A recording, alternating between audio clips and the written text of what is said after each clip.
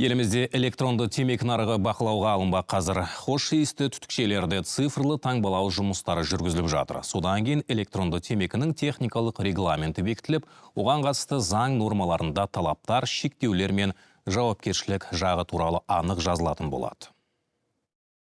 Бір өзекті мәселелердің бірі осы таңбалауға жауапкершілік жоқ. Біз сол жауапкершілікті енгізу ұсынысымен шығайын деп отырмыз. Қазіргі таңда осы электрондық темекілердің айналымын шектеу үшін техникалық регламент енгізді.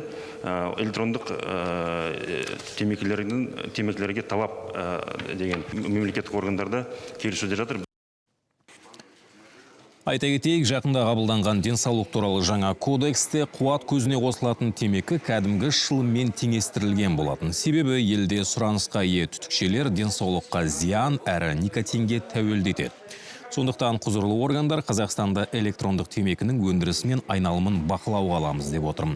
Құрамында глицерин мен никотин бар вейптар бастапқыда темекіні тастағысы келетіндерге ермек ретінде жарнамаланған, алайда қазір кәдімгі шылымды жолда қалдырып көптеген жастардың әуестігі осыған ауып барады.